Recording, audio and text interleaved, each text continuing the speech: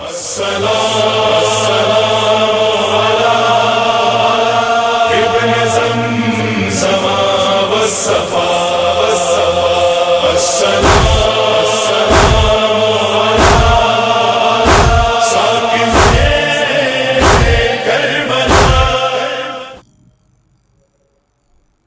باللہ من الشیطان الرجیم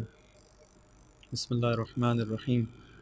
الحمد للہ رب العالمین والصلاة والسلام علی اشرف الانبیاء والمرسلین سیدنا و مولانا ابی القاسم محمد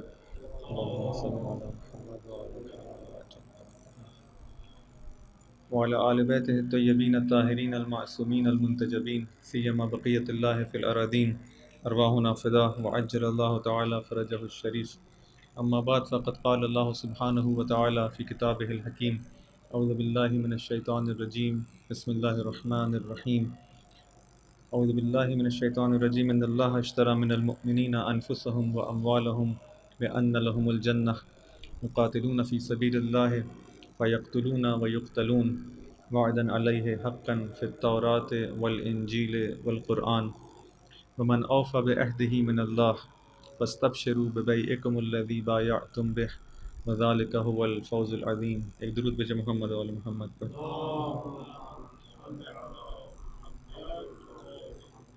عزیزان محترم،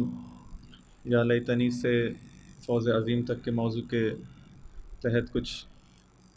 عرائض آپ کی خدمت میں پیش ہوئے، اور یہ بات سامنے آئی قرآن کی روشنی میں کہ وہی چیز جو کہ زیارت کے جملے کے اندر بیان ہوئی ہے اور جس آرزو کا ذکر ہوا ہے کہ ایک مومن آرزو کرتا ہے کہ اے کاش میں امام کے اصحاب کے ساتھ ہوتا،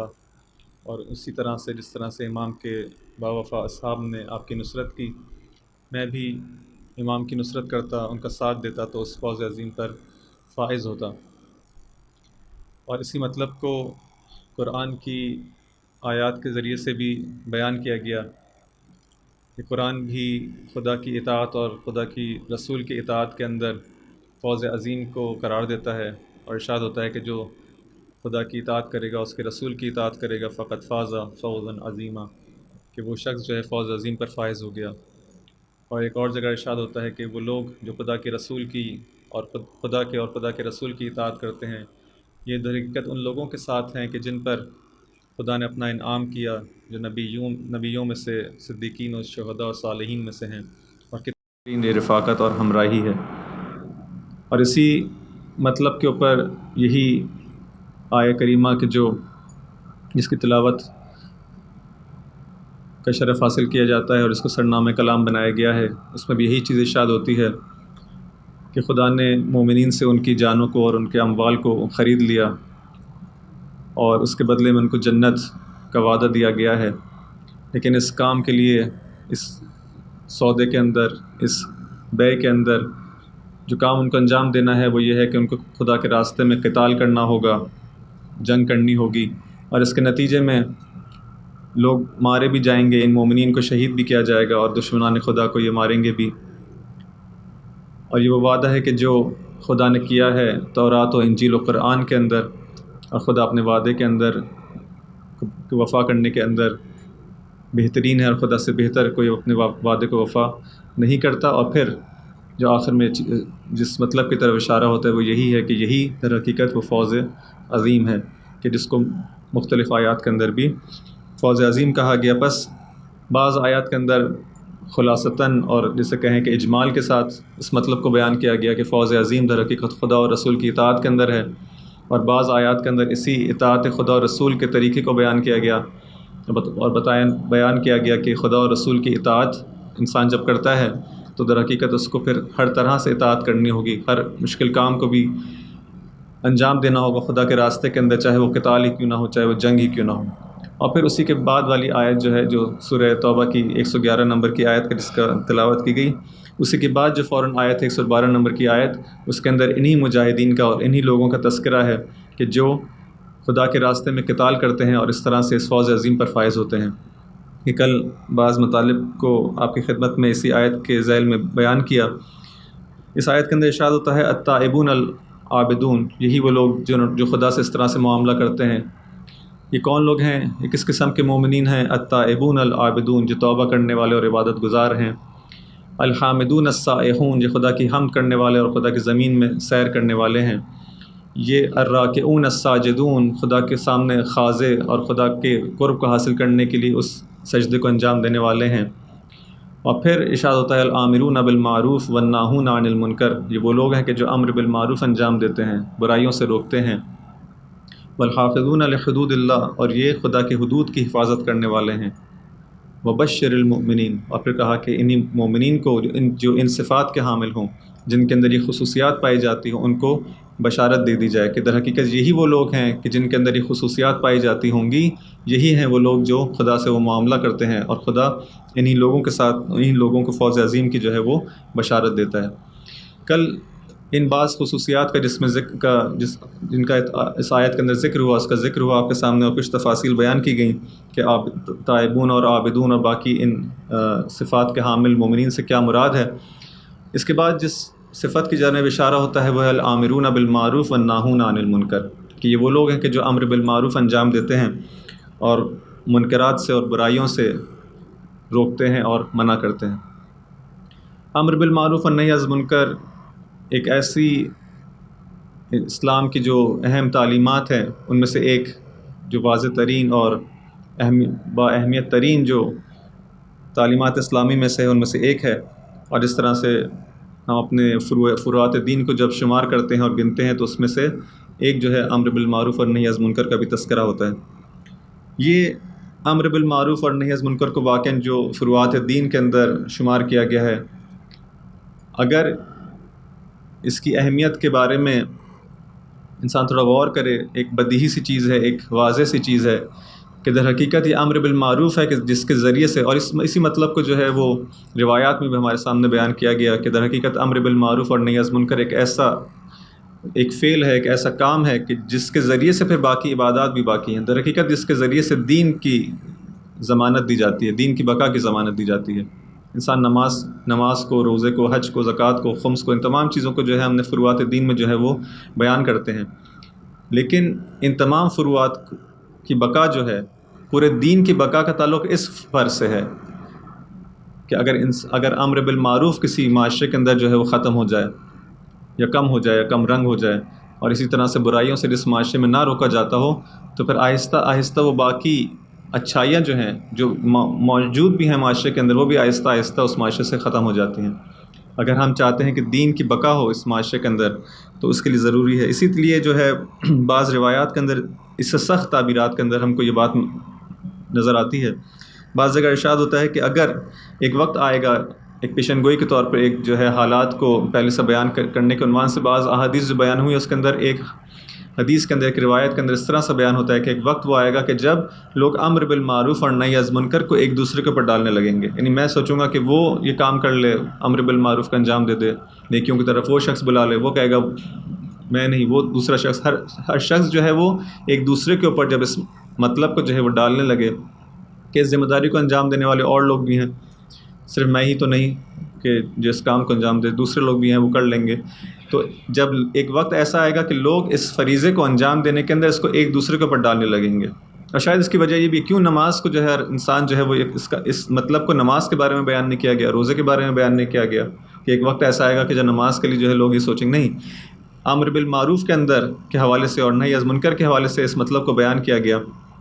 کہ ایک زمانہ ایسا آئے گا کہ لوگ اس فریضے کو انجام دینے کے لیے ایک دوسرے کے اوپر کہیں گے کہ وہ اس فریضے کو انجام دے لے، امر بالمعروف وہ کر لے، وہ دوسرا کر لے۔ شاید اس کی وجہ اسی کی سختی میں ہے کہ امر بالمعروف اور نہی عن المنکر کے اندر ایک طبعی طور پر ایک سختی پائی جاتی جو باقی عبادات کے اندر نہیں پائی جاتی۔ جو سختی یہاں پر ہے کہ جو آپ کو بالآخر لوگوں کا سامنا کرنا پڑتا ہے، ایک ریزسٹنس کا سامنا ہوتا ہے، وہ باقی نماز پڑھنے کے اندر، روزہ رکھنے کے اندر، ان عبادات کے اندر وہ سختی موجود نہیں ہے۔ اس لیے اس حوالے سے کہا گیا کہ ایک وقت آئے گا کہ جو لوگ ایک دوسرے کے اوپر اس کو ٹال دیا کریں گے کہ اس امر کو، اس فریضے کو دوسرے انجام دے دیں، اور جب وہ وقت آئے گا تو پھر فرمائے فَلْيَأْذَنُوا بِوِقَاءٍ مِّنَ اللَّهِ، جب ایسا وقت آ جائے تو دیکھنا پھر خدا کے عذاب کے منتظر رہنا۔ اب یہ عذاب کا مطلب یہ نہیں کہ حتماً آسمان سے جو ہے کوئی آگ برسے گی، اور نہیں، عذاب خود ہی عذاب ہے کہ جب انسان جو ہے امر بالمعروف اور نہی عن المنکر جب کسی معاشرے سے ختم ہو جائے گا تو خود بخود وہ عذاب میں مبتلا ہو جائے گا۔ کون سے عذاب میں؟ جب اس معاشرے سے نیکیاں کم ہوتی چلی جائیں گی، جب اس معاشرے کے اندر گناہ بڑھتے چلے جائیں گے، برائیاں بڑھتی چلی جائیں گی، تو خود یہ معاشرہ خود اپنے ہی کیے کہ جو ہے وہ اس عذاب میں مبتلا ہو جائے گا۔ جب کسی معاشرے میں برائیاں بڑھ جائیں، فساد بڑھ جائے، خود عذاب ہے یہ خدا کی طرف سے، کہ جو انسانوں کے خود اپنے کرتوت کا نتیجہ ہوگا۔ تو ایک واضح سا امر، ایک بدیہی سی چیز کہ ہر وہ شخص جو ذرا سا بھی دین کے معاملات میں غور کرتا ہے، دیکھتا ہے کہ اس چیز کو، اس فریضے کو معاشرے میں اس کا قیام ہونا چاہیے، اس کو باقی رہنا چاہیے، اگر یہ دین کی بقا ہم چاہتے ہیں معاشرے کے اندر۔ اسی طرح سے ایک اور روایت کے اندر اس طرح سے بیان ہوتا ہے کہ لَتَأْمُرُنَّ بِالْمَعْرُوفِ وَلَتَنْهُنَّ عَنِ الْمُنْكَرِ، تم لوگوں کو چاہیے کہ امر بالمعروف کو انجام دو، نہی از منکر کو انجام دو، یا اگر ایسا نہیں کرو گے تو اس کے نتیجے میں کیا ہوگا؟ اس کا نتیجہ بتا دیا کہ اگر ایسا نہیں ہوگا تو پھر خدا تم پر ان اشرار کو جو ہے مسلط کر دے گا، کہ پھر تم میں سے جو نیک لوگ ہیں، جو خوب اچھے لوگ ہیں، وہ جب دعائیں بھی مانگیں گے تو ان کی دعا پہ مستجاب نہیں ہوگی۔ تو یہ کچھ امور ہیں کہ جس کو اس مطلب کی اہمیت کی خاطر اس کو انسانوں کو ذرا سا اس طرف جو ہے وہ ترغیب دلانے کے لیے اور تشویق دلانے کے لیے بیان کیا گیا کہ اس چیز کو یہ چیز کبھی بھی ترک نہ ہو، یہ فریضہ کبھی بھی ترک نہ ہو معاشرے کے اندر سے۔ دوسری طرف ہم قرآن کی طرف دیکھتے ہیں، جو کچھ روایت کا ذکر تھا، قرآن کے اندر دیکھیں کتنی اہم طریقے سے، کتنی ہی مقامات پر، یعنی چند دین آیات ہیں کہ جو اس مطلب پہ جو ہے دلالت کرتی ہیں اور اس چیز کے واجب ہونے اور اس چیز کی اہمیت کی طرف اشارہ کرتی ہیں۔ ان میں سے سورہ آل عمران کی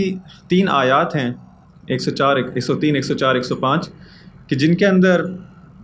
سب سے پہلے اگر آیت نمبر 103 کی طرف ہم غور کریں، اس کو دیکھیں، تو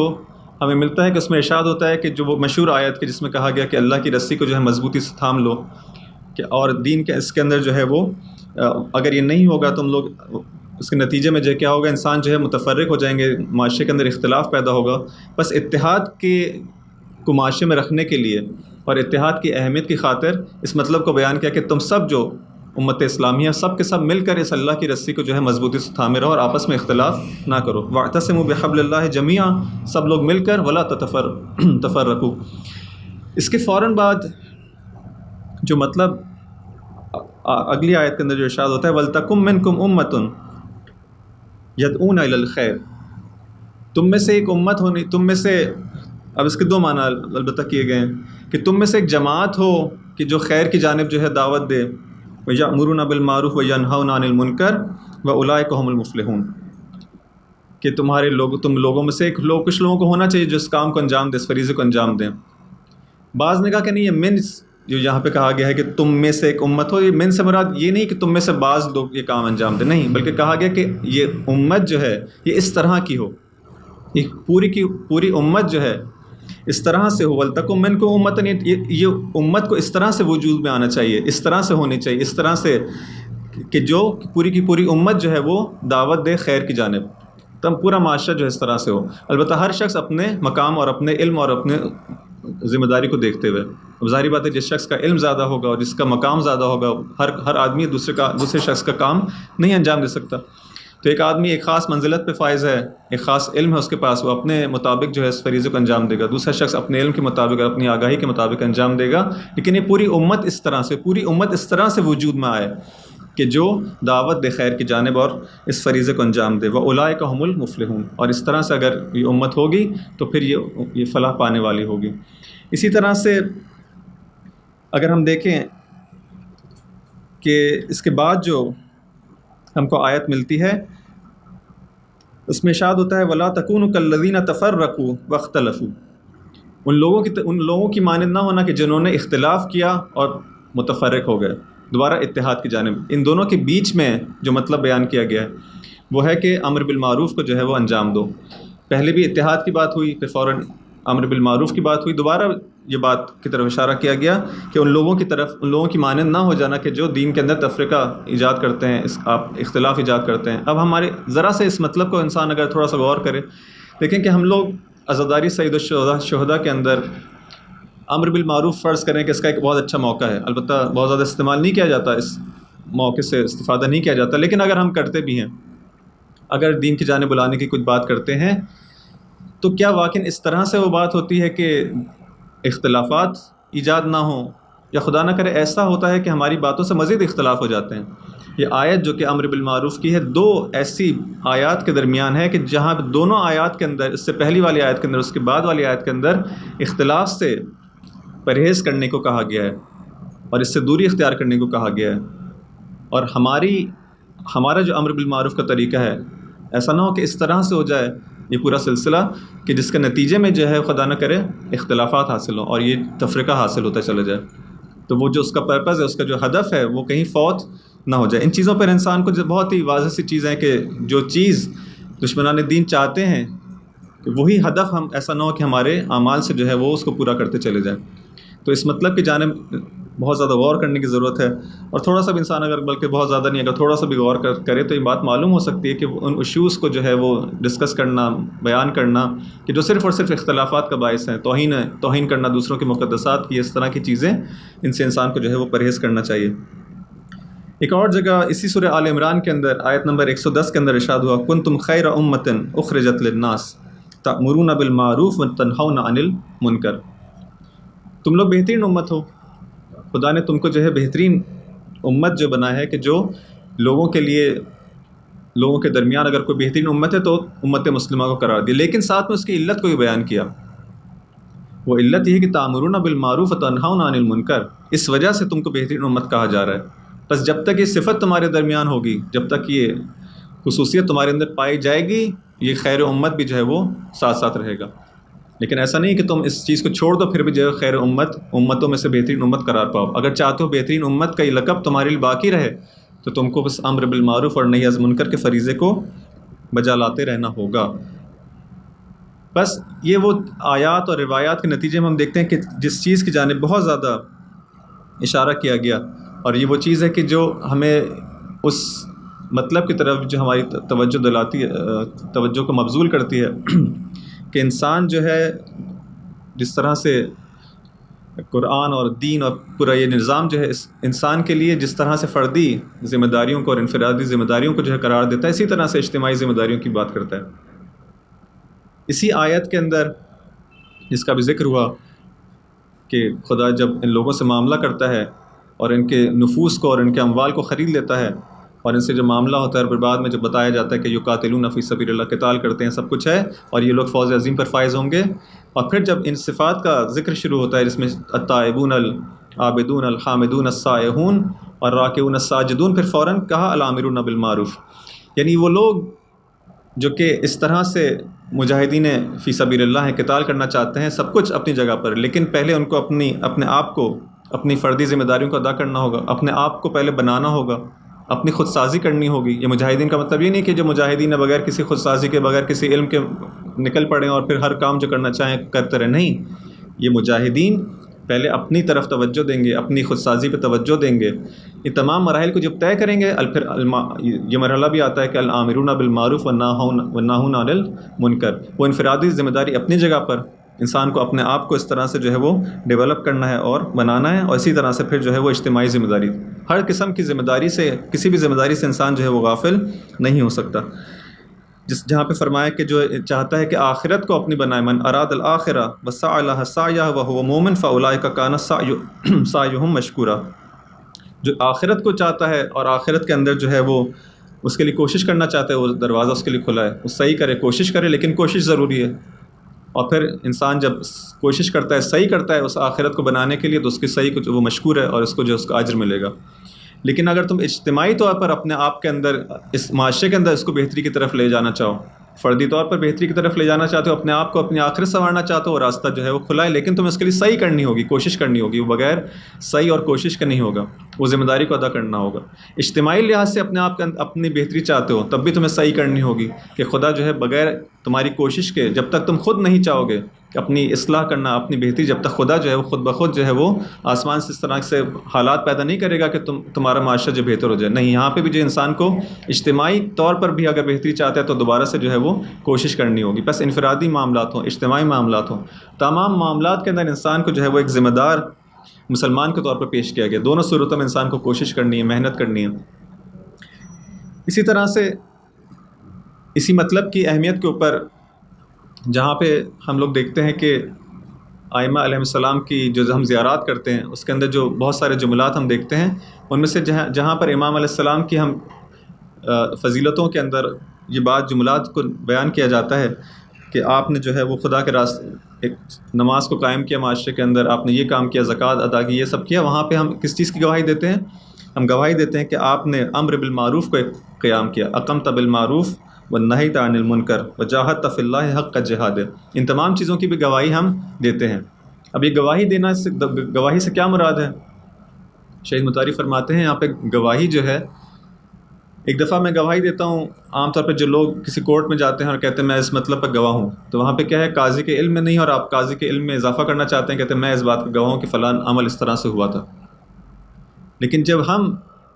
گواہی دیتے ہیں تو کس کے علم میں اضافہ کرنا چاہ رہے ہیں، یا کس کے حق میں؟ مثلا امام حسین علیہ السلام کے حق میں ہم گواہی دینا چاہ رہے ہیں کہ ان کا کوئی فائدہ ہو جائے؟ نہیں، یہاں پہ گواہی سے مراد کیا ہے کہ میں خود بھی اعتراف کرتا ہوں، یعنی جب میں کہہ رہا ہوں کہ میں گواہی دیتا ہوں کہ امام نے یہ کام کیا، میں جب گواہی دیتا ہوں کہ امام علیہ السلام نے جو ہے امر بالمعروف کیا اور خدا کے راستے میں جہاد کیا، یعنی میں یہ آگاہی رکھتا ہوں، مجھے معلوم ہے کہ امام علیہ السلام کا قیام جو ہے کس راستے میں تھا، مجھے معلوم ہے کہ امام علیہ السلام کے اہداف کیا تھے، اس چیز پر میری گواہی دیتا ہوں۔ ان میں سے ایک اہم ترین ہدف کیا ہے کہ جس کو خود امام علیہ السلام نے جو ہے مدینہ سے نکلتے وقت جو بیان کیا کہ میرا جو قیام ہے وہ اصلاح امت کے لیے ہے، اور میں چاہتا ہوں کہ امر بالمعروف کروں اس راستے کے اندر، اور خدا کے راستے کے اندر جو ہے وہ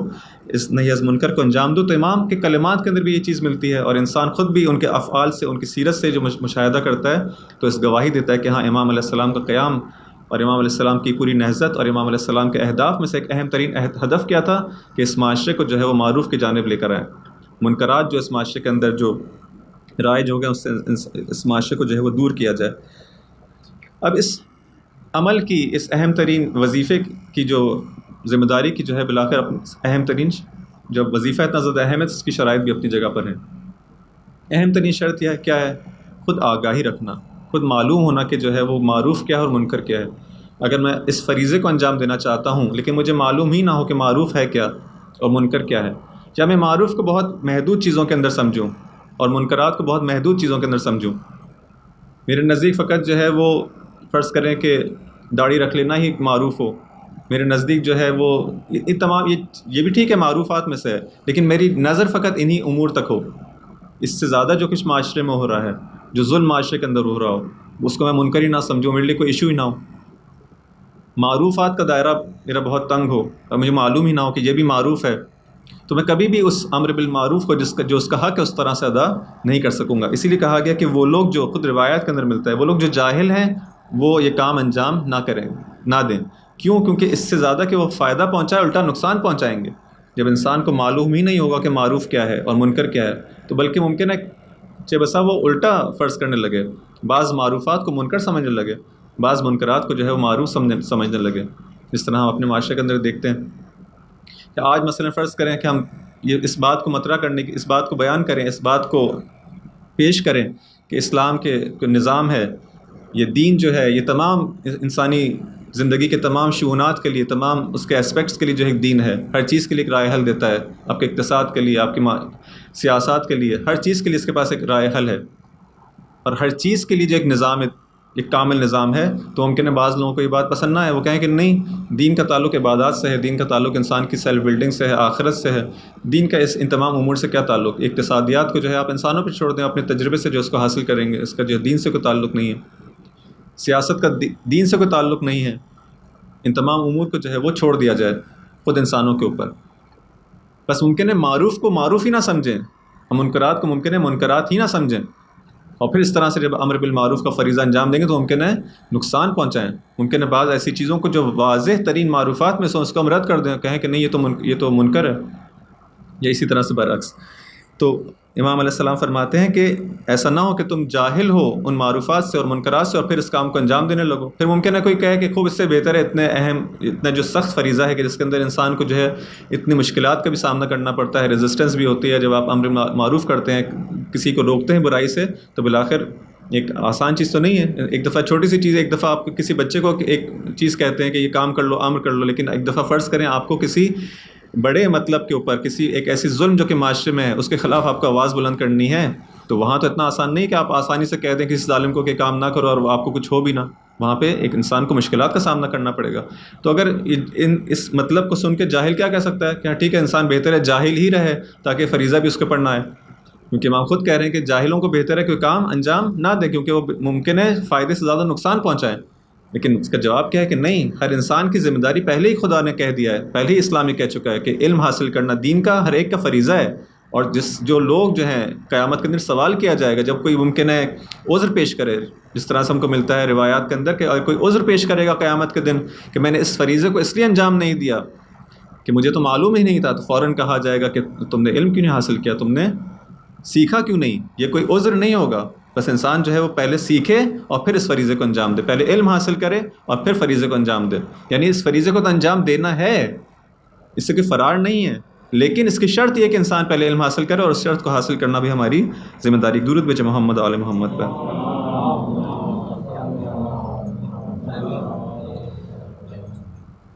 اہم ترین ایک اور مطلب جو اسی ضمن میں بیان ہوا احادیث کے اندر، روایات کے اندر، فرماتے ہیں من نصب نفسہ للناس اماما، جو شخص بھی اپنے آپ کو لوگوں کی ہدایت کے لیے قرار دے، فعلیہ ان یبدأ بتعلیم نفسہ قبل تعلیم غیرہ، اس کے لیے شائستہ ہے، اس کے لیے ضروری ہے کہ سب سے پہلے اپنے آپ کو پھر وہ تعلیم دے، اس سے پہلے کہ دوسروں کو تعلیم دے. ومعلم نفسہ ومؤدبہ احق بالاجلال من معلم الناس ومؤدبہم، جو شخص خود اپنے نفس کا معلم ہو، جو شخص خود اپنے نفس کو تادیب کرنے والا، اس کو ادب سکھانے والا ہو،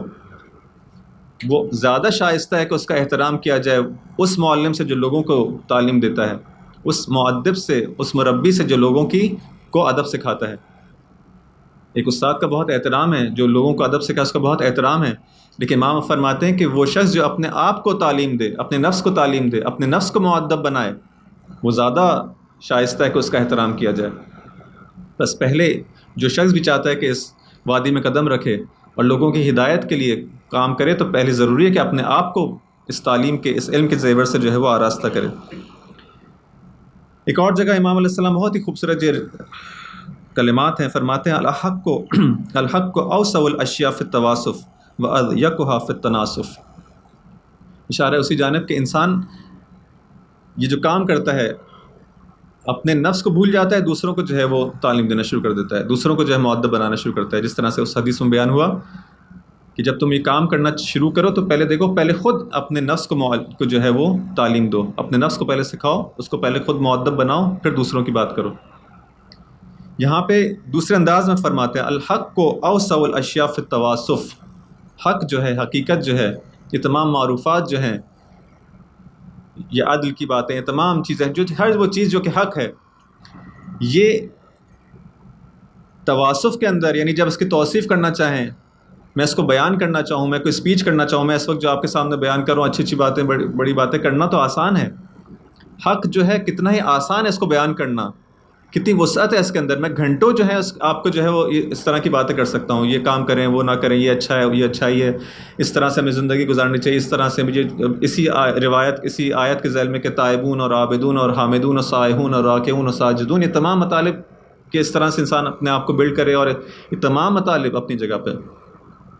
حق جو ہے اس کو تواصف کرنا، اس کو بیان کرنا تو بہت آسان ہے، اور اس کے اندر بہت وسعت پائی جاتی ہے، اور بہت لوگ ہم کو ملیں گے جو اس کام کو انجام دیتے ہیں، اور بہت آسانی سے اس کام کو انجام دیا جا سکتا ہے. وَأَضْيَقُهَا فِي التَّنَاصُفِ، لیکن جب عمل کا وقت آتا ہے،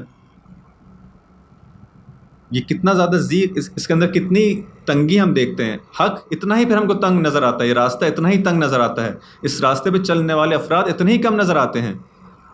جتنا گشادہ اور جتنا وسیع ہے وہ روڈ کہ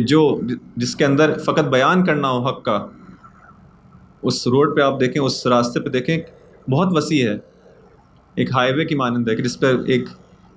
اجتماع ہے، ہر کوئی جو ہے اس پر چل رہا ہے اور حق کی تعریفیں کرتا ہوا نظر آتا ہے. لیکن وہ راستہ جس پہ حق پہ چلنے کی بات آتی ہے تو کتنا زیادہ ضیق ہو جاتا ہے، کتنا زیادہ تنگ ہو جاتا ہے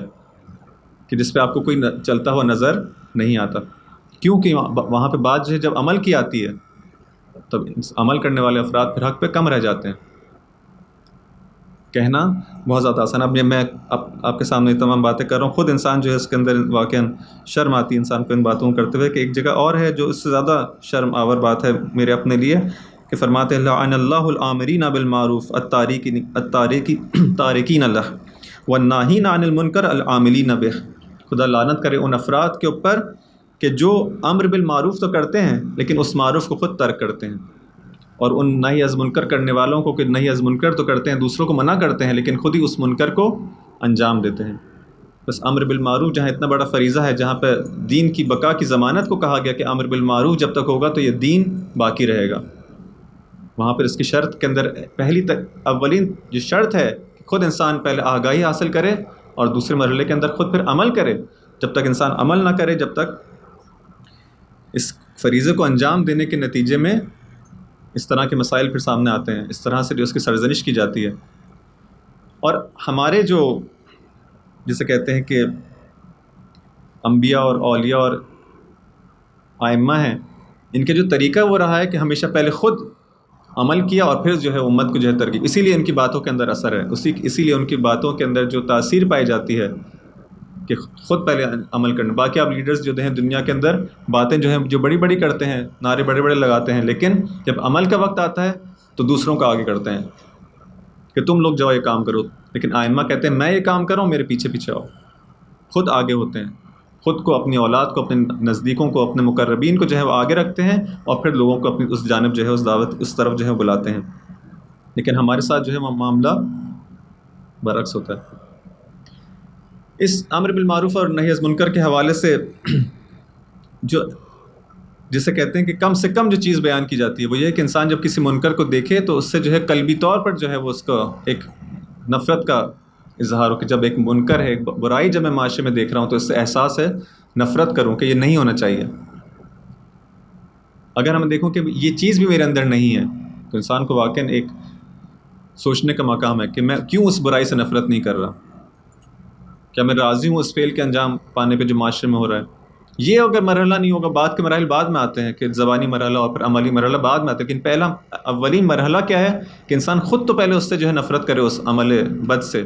اس برائی سے خود پہلے نفرت کرے۔ جیسے ہی دیکھے کہ کچھ معاشرے کے اندر برائی ہو رہی ہے اس کے اطراف میں یا خود اپنے اندر،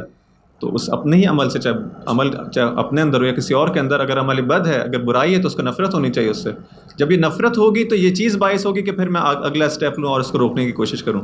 اگر میں منکر کو منکر ہی نہ سمجھوں،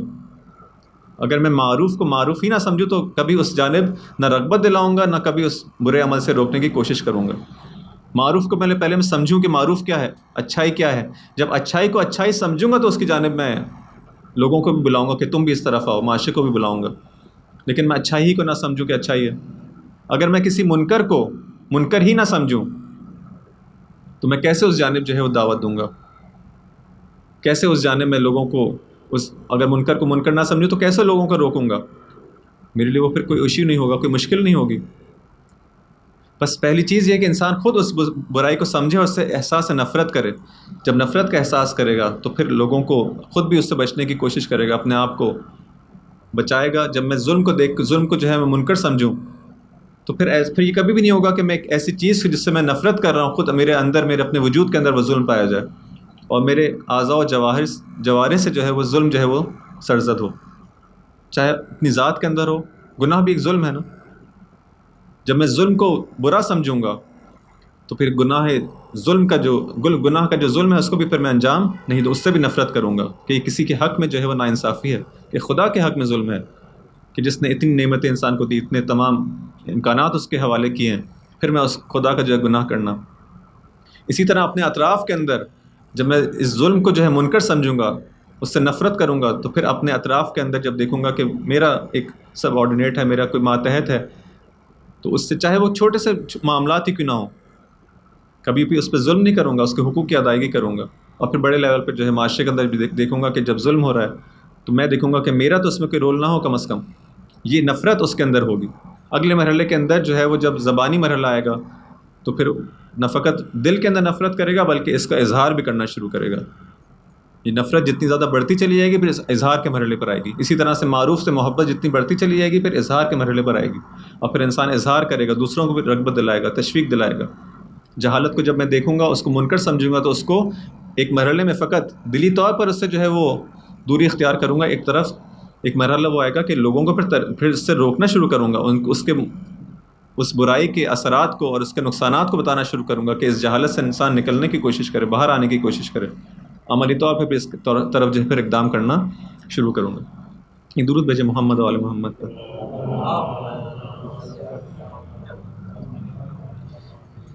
اور پھر وہ جو مرحلہ ہے، مرحلہ عمل، کہ اصلی ترین مرحلہ کیا ہے کہ انسان عملی طور پر اس وادی کے اندر جو ہے وارد ہوتا ہے اور امر بالمعروف اور نہی عن المنکر کو جو ہے عملاً انجام دیتا ہے. اس عمل کے اندر ہم کو جو ملتا ہے روایت کے اندر کہ انسان جو امر بالمعروف کرنا چاہو یا کوئی بھی تبلیغ دین کرنا چاہو، کسی کام کی طرف ترغیب دلانا چاہو، لوگوں کو بلانا چاہو یا روکنا چاہو، تو وہی چیز جس کا پہلے بھی اشارہ کیا گیا، یہاں پہ بھی دوبارہ سے طرف اشارہ ہوتا ہے دوسرے الفاظ کے اندر کہ انسان کو جو ہے وہ جب عمل کے ذریعے سے جو ہے وہ تشویق دلائے گا یا عمل کے ذریعے سے کسی چیز سے روکے گا، تو وہ در حقیقت مؤثر ثابت ہوگا. کونوا دعاۃ للناس بغیر السنتکم. یہاں پہ کیا بیان ہوتا ہے کہ انسان جب کسی برائی سے روکنا چاہتا ہے یا کسی نیک عمل کی جانب ترغیب دلانا چاہتا ہے، معروف کا امر کرنا چاہتا ہے، تو کس طرح سے؟ اس کا بہترین طریقہ یہ ہے کہ خود عمل کے ذریعے سے خود وہ کام کو انجام دو. تمہاری سیرت ایسی بن جائے، تمہاری رفتار ایسی بن جائے کہ اس کے ذریعے سے تم اس معاشرے کے اندر بھی تشویق دلاؤ، اپنے گھر میں اس طرح سے تشویق دلاؤ کہ خود اس کام کو کرتے چلے جاؤ، تاکہ لوگ تم کو دیکھ کے اس کی جانب جو ہے وہ رغبت پیدا کریں اور اس کام کو چھوڑتے چلے جاؤ، اس سے نفرت کا اظہار کرو خود عمل کے ذریعے سے اپنے. یہ وہ بہترین طریقہ ہے تبلیغ کا. زبانی تبلیغ کا اتنا اثر نہیں ہوتا، جب انسان اپنے عمل سے کسی کام کو انجام دیتا ہے اس کی تاثیر ہوتی ہے. ممکن ہے انسان اپنی زبان سے کچھ بھی نہ کہے، لیکن اس کا عمل اس طرح سے جو ہے وہ لوگوں کو راغب کرے کسی معروف کی جانب یا کسی منکر سے جو ہے وہ اس کی نفرت ایجاد کرنے میں اس کا عمل جو ہے وہ زیادہ مؤثر ثابت ہو. اور انبیاء اور اولیاء کا بھی یہی طریقہ کار رہا ہے کہ اپنے عمل سے فرماتے ہیں کہ جب تک میں نے کسی کام سے خود نہیں رک گیا اس کی جانب میں امر نہیں کیا. ائمہ فرماتے ہیں کہ پہلے خود میں نے اس کام کو انجام دیا، پھر لوگوں کا امر کیا. جب تک میں خود کسی کام سے رک نہیں گیا، میں نے اس کا جو ہے وہ نہیں کی، اس سے جو ہے روکا نہیں. کیونکہ بہترین طریقہ یہ ہے کہ جب تک میں خود اس کام کو نہ کر لوں، اگر میں خود کرتا رہوں کسی منکر کو یا کسی معروف کو ترک کرتا رہوں، پھر جتنا بھی میں کہوں کہ آپ اس کام کو انجام دیں، کوئی شخص کیسے قبول کرے گا اس کو؟ وہ اس کو ایک مذاق کے طور پر لے گا کہ یہ شخص جو خود اس کی اہمیت کو نہیں جانتا. اس کا مطلب یہ کیا ہے کہ عملاً وہ اس معروف کو منکر جانتا ہے جبھی تو انجام نہیں دے رہا، یا اس منکر کو معروف جانتا ہے جبھی تو انجام دے رہا ہے.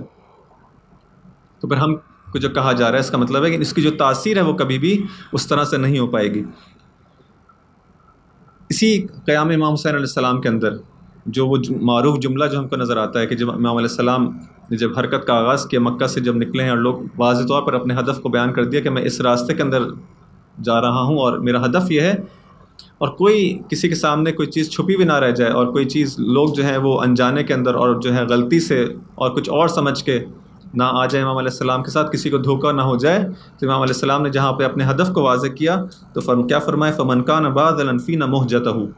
جو اس راستے کے اندر اپنا خون دل دینا چاہتا ہے، معطنا علی لقاء اللہ نفسہ، جس نے اپنے آپ کو آمادہ کر لیا ہے کہ خدا کی لقاء کے لیے، خدا کی لقاء کو چاہتا ہے، خدا سے ملاقات کرنا چاہتا ہے، فلیرحل معنا، وہ ہمارے ساتھ آ جائے. پھر کیا فرمایا؟ فانی راحل مصبحا، کہ میں اس راستے کے اندر جو ہے قیام کرنے والا ہوں، میں اس راستے کے اندر اس سفر کو انتخاب کرنے والا ہوں. یعنی میں پہلے نکل رہا ہوں، میں اس راستے کے اندر نکل رہا ہوں، تم بھی آنا چاہتے ہو میرے ساتھ ساتھ آ جاؤ. یہ نہیں کہا کہ تم لوگ اس راستے کے اندر قیام کرو، میں بھی دیکھوں گا، حالات مساعد ہوں گے تو میں بھی تمہارے ساتھ. نہیں، میں نے تو یہ فیصلہ کر لیا ہے، میں نے تشخیص دے دی ہے کہ معروف کیا ہے اور منکر کیا ہے، مجھے اس راستے کے اندر نکلنا ہے، ایک قیام کو مجھے کرنا ہے، اور میں اس راستے کے اندر نکلوں گا چاہے کوئی آئے چاہے کوئی نہ آئے. اگر تم چاہتے ہو میری طرح اس راستے کو انتخاب کرنا تو میں جس راستے پہ چل رہا ہوں میرے ساتھ ساتھ تم بھی آ جاؤ. یہ وہ چیز ہے جو ہم کو اس سیرت کے اندر ملتی ہے، اس قیام کے اندر بھی یہ چیز ملتی ہے کہ پہلے خود اس کام کو انجام دیں. جو لیڈر ہے، جو امام ہے، وہ آگے آگے ہو اور امت کو اپنے ساتھ ساتھ پیچھے پیچھے لے کر آئے، اور بہترین قربانیاں خود دے. اپنے نفس کی قربانی، اپنی جان کی قربانی سے شروع کرے، اور اپنے گھر والوں کی جو اہم ترین قربانیاں ہیں، نہ یہ کہ اپنے بچوں کو جو ہے وہ پیچھے رکھ لے کہ تم بچ جاؤ، میری جان بچ جائے، میرے بچے بچ جائیں، میرا مال بچ جائے. نہیں، پہلے خود اپنا ہر چیز جو ہے وہ خود قربان کرنا، اپنے عزیز ترین چیزوں کو خود قربان کرنا. یہ ہم کو جو چیز نظر آتی ہے انبیاء کی تحریک کے اندر، انبیاء اور ائمہ اور اولیاء علیہ السلام کے روش، یہ روش ہے کہ پہلی قربانی ہی میری ہونی چاہیے. کیوں؟ کیونکہ میں اس ہدف کو پہچان چکا ہوں کہ میں اس راستے کے اندر اس ہدف سے محبت کرتا ہوں، تو میں خود پہلے قربانی دوں گا. اس پورے معرکے کے اندر، اس پورے قیام کے اندر جس طرح ہم دیکھتے ہیں کہ جو امام علیہ السلام کی قربانی، کل بھی اس چیز کو عرض کیا، ہر قربانی پہ جس پہ آپ انسان کی نگاہ پڑتی ہے دیکھتا ہے کہ عجیب قربانی ہے، ہر قربانی کتنی عظیم ہے. آج 7 محرم کی رات ہے اور مرسوم ہے کہ آج ایک ایسے جوان کا، ایک ایسے نوجوان کا بلکہ ذکر کیا جاتا ہے کہ جو امام علیہ السلام کے بھائی کی یادگار ہے. میزان محترم، عجیب ہے یہ قربانی. حضرت قاسم کا جو ذکر ہے، انسان کو تھوڑا سا انسان اس پہ غور کرے، اپنے دلوں کو وہاں تک لے جائے. اس مرحلے میں حضرت قاسم کی عمر 13 سال بتائی جاتی ہے. 13 سال کے نوجوان کا تصور کریں، کتنی عمر ہے اس بچے کی. مقتل نے جو لکھا ہے اور جو ترسیم کی ہے، جو چہرہ جس طرح سے آپ کی تصویر بنائی گئی ہے، فرماتے ہیں کہ چاند کا ٹکڑا تھا، اتنا خوبصورت یہ نوجوان، ابھی اتنا چھوٹا تھا کہ کچھ ذرا بھی اس کے اندازے کی نہیں تھی. اس قسم کا ایک چھوٹا سا ایک نوجوان ہے، لیکن معرفت دیکھیں اس کی کس قدر ہے. معرفت کس طرح، اور کیوں نہ وہ معرفت ہو کہ یہ امامت کا پروردہ بچہ ہے، اس گھرانے امامت میں اس کی پرورش ہوئی ہے. امام حسین علیہ السلام نے خود اس کی تربیت کی ہے. جب شب عاشور آتی ہے اور اصحاب سے امام علیہ السلام اپنی بیعت کو اٹھا لیتے ہیں، اور اصحاب اس طرح سے اپنی وفا کا اظہار کرتے ہیں اور وفاداری کا اظہار کرتے ہیں، اور امام علیہ السلام پھر سب کو ان کے مقامات بتاتے ہیں کہ تمہارا یہ مقام ہوگا جنت کے اندر. قاسم دیکھتے ہیں کہ میرا تو نام نہیں آیا، میرا تو ذکر نہیں ہوا. ایک مرتبہ یہ بچہ جو شاید ہر نام کے بعد سوچتا ہو کہ اب میرا نام آئے گا اور مجھے بتایا جائے گا، اے قاسم تمہارا یہ مقام ہوگا، لیکن جب وہ فہرست تمام ہو گئی اور امام علیہ السلام خاموش ہو گئے، لیکن قاسم کا تو کوئی تذکرہ نہیں تھا. یہ بچہ پریشان ہو جاتا ہے. پھر کہتے ہیں امام علیہ السلام بس میرا نام کیوں نہیں؟ کیا میں شہید ہونے والے میں نہ ہوں گا؟ امام علیہ السلام ٹال دیتے ہیں، کوئی جواب نہیں دیتے. چند بار اصرار کرتا ہے، چند بار اصرار کرتا ہے بچہ، بار بار پوچھنا چاہتا ہے بس میں کہاں ہوں. جب بہت زیادہ اصرار کرتے ہیں امام علیہ السلام، اسے کہتے ہیں اے قاسم پہلے ہی بتاؤ کہ موت تمہاری اس راستے کے اندر شہادت اور اپنی جان دینا تمہارے نزدیک کیسا ہے؟ قاسم کہتے ہیں اس راستے کے اندر، خدا کے راستے میں جان دینا میرے لیے شہد سے زیادہ شیرین ہے. اس معرفت کو آپ دیکھیں، یہ بچہ، اور کیوں نہ ہو یہ معرفت جو پروردہ خاندان امامت ہے. امام علیہ السلام کہتے ہیں قاسم بیٹا، کل اس راستے کے اندر، اس جہاد کے اندر تمام مرد شہید ہو جائیں گے، حتیٰ کہ علی اصغر بھی شہید ہو جائے گا. جب قاسم سنتے ہیں کہ علی اصغر بھی شہید ہو جائیں گے، فوراً یہ غیرت مند جوان سوال کرتا ہے کہ کیا دشمن جو ہے خیام پہ حملہ کر دیں گے کہ جو علی اصغر شہید ہو جائیں گے؟ کتنی غیرت ہے حسن کو، قاسم ابن حسن کو کتنا خیال ہے کہ بس کسی طرح سے ہماری خواتین کی آبرو محفوظ رہے. عزیزان محترم، جب عاشور کا دن آتا ہے اور ایک ایک کر کے اصحاب شہید ہو جاتے ہیں، اور جب بنی ہاشم کی باری آتی ہے، عجیب ہے مقتل کے اندر کسی بھی شہید کے بارے میں اس طرح سے بیان نہیں ہوا کہ کسی بھی شہید کو امام علیہ السلام نے اتنی مشکل سے اجازت دی ہو جنگ پہ جانے کی. حضرت عباس کو اتنی مشکل سے اجازت نہیں ملی، حضرت علی اکبر کو امام علیہ السلام نے فوراً اجازت دے دی. لیکن یہ عجیب ہے حضرت قاسم، ان کے اندر نامعلوم کیا خصوصیت ہے، ایسی کیا چیز تھی حضرت قاسم کے اندر، وہ کیا محبت تھی امام حسین علیہ السلام کو اپنے اس بھتیجے سے کہ قاسم نے آ کے اجازت طلب کرنا شروع کی. امام منع کرتے ہیں، قاسم نے گریہ کرنا شروع کیا، اتنا گریہ کیا کہ امام کو گریہ کرنے میں مجبور کر دیا. امام بھی رونا شروع ہو گئے. یہ دونوں چچا اور بھتیجے گریہ کرتے ہیں یہاں تک کہ مقتل نے لکھا کہ ایک دوسرے کی آغوش میں آ جاتے ہیں. امام علیہ السلام اپنے بھتیجے کو اپنی آغوش میں لے کے گریہ کرتے ہیں، اور کتنا گریہ حضرت قاسم علیہ السلام کرتے ہیں کہ اپنے چچا کو مجبور کر دیتے ہیں کہ ان کو اجازت دیں. اس قسم کی اجازت اور کسی شہید کے بارے میں نہیں ملتی. لیکن یہ قاسم، یہ نوجوان اس طرح سے اپنے امام سے اجازت لے کے رہتا ہے. امام اپنے بھتیجے کو تیار کرتے ہیں، یہ چھوٹا سا نوجوان، کہ کوئی ذرا اس کے اندازے کی نہیں ہے. امام علیہ السلام اپنے ہاتھوں سے اس کو پیراہن پہناتے ہیں، اپنے ہاتھوں سے اس کی کمر پہ تلوار باندھتے ہیں. وہ تلوار بھی اتنی بڑی ہے کہ جو زمین سے لگ رہی ہے. اس کے اندازے کی کوئی کلاه جنگی نہیں ہے. اس کو عمامہ پہنایا جاتا ہے. اور یہ جب بچہ خیمے سے باہر آتا ہے تو مقتل بیان کرتے ہیں، جب یہ بچہ گھوڑے پہ سوار ہوا تو ایسا لگ رہا تھا جیسے چاند کا کوئی ٹکڑا ہے. اتنا خوبصورت نوجوان، لیکن جب آتا ہے تو اس شجاعت کے ساتھ جنگ کرتا ہے اور رجس پڑھتا ہے کہ اگر تم نہیں جانتے تو جان لو کہ میں حسن کا بیٹا ہوں. اور پھر اتمام حجت کے لیے بیان کرتے ہیں کہ دیکھو ایسا نہ ہو کہ کوئی ناآگاہ نادان رہ جائے کہ کس کے مقابلے میں جہاد کرنے آیا ہے. جان لو کہ یہ حسین ہے، یہ تمہارے مقابلے میں جو ہے یہ حسین کی ذات ہے. کوئی یہ نہ کہے کہ ہم کو معلوم نہ تھا. یہ حسین ہے جو اس طرح سے تمہارے سامنے اسیر کی طرح ہے. یہ وہی حسین ہے، یہ وہی نبی کا نواسہ ہے. رجس پڑھتے جاتے ہیں، جنگ کرتے جاتے ہیں، یہاں تک کہ ایک دفعہ صدا آتی ہے اور قاسم اپنے چچا کو صدا دیتے ہیں، مدد کے لیے پکارتے ہیں. یہاں پہ امام حسین علیہ السلام کی وہ محبت ہے کہ تاریخ میں دوبارہ کسی اور شہید کے لیے اس طرح کے جملات نہیں ہیں. پہلے سے آمادہ ہیں. جیسے ہی قاسم کی آواز آتی ہے، جس طرح سے ایک عقاب کسی اپنے شکار کی طرف جاتا ہے، اس طرح سے حملہ کرتے ہیں اس لشکر کی جانب. اور جس ملعون نے آپ کے سر مبارک پر وہ وار کیا تو اس کو فوراً جو ہے وہ اس کو قتل کرتے ہیں. وہ جو لشکر اعداء ہے جب یہ دیکھتا ہے تو اس کو بچانے کے لیے، اس قاتل کو بچانے کے لیے آتا ہے. یہاں پہ ایک جنگ ہوتی ہے اور امام علیہ السلام پورے اس لشکر سے جنگ کرتے ہیں. اور ایسی جنگ ہوتی ہے، ایسا دھول اس میں اڑتی ہے کہ جب وہ دھول بیٹھتی ہے تو بس مقتل نے لکھا کہ امام علیہ السلام اپنے قاسم کے سراہنے ہیں. قاسم کے سراہنے، اور قاسم سے کہتے ہیں بیٹا مجھے افسوس ہے کہ جب تم نے پکارا تو میں تمہاری مدد نہ کر سکا. حضرت امام حسین علیہ السلام قاسم کو اٹھاتے ہیں، اس جنازے کو اٹھاتے ہیں. لیکن آج مشکل یہ ہے کہ جب امام حسین علیہ السلام اس قاسم کو اٹھاتے ہیں تو ان میں تن میں اتنی طاقت نہیں ہے. اور مقتل نے لکھا قاسم علیہ السلام کو اس طرح سے مقتل خیام کی طرف لے کے جا رہے ہیں کہ قاسم کے پیر زمین پر گسڑ رہے ہیں اور امام علیہ السلام میں ان کو اٹھانے کی طاقت نہیں. لعنت اللہ علی القوم الظالمین سیعلم الذین ظلموا ای منقلب ینقلبون. اے خدا ہماری اس قلیل سی عبادت کو قبول فرما. اے خدا ہمیں صحیح معنی میں ناصران امام علیہ السلام میں سے قرار دے. اے خدا ہمیں اپنے زمانے کے امام کی نصرت کرنے والوں میں سے قرار دے. اے خدا ہمیں اپنی ذمہ داریوں کو بہترین طرح سمجھنے اور اس کو بہترین طرح سے ادا کرنے کی توفیق عطا فرما. اے خدا اس وقت مومنین و مومنات جس مشکلات میں گرفتار ہیں ان کی گرفتاریوں کو آسان فرما، ان کی مشکلات کو آسان فرما. جو لوگ مریض ہیں ان کو شفاء کاملہ اور عاجلہ عطا فرما. اے خدا اس خون پاک کے انتقام کے لیے اپنے آخری حجت کی ظہور میں تعجیل فرما اور ہمیں ان کو بہترین اصحاب و انصار میں شامل فرما. ماتم حسین.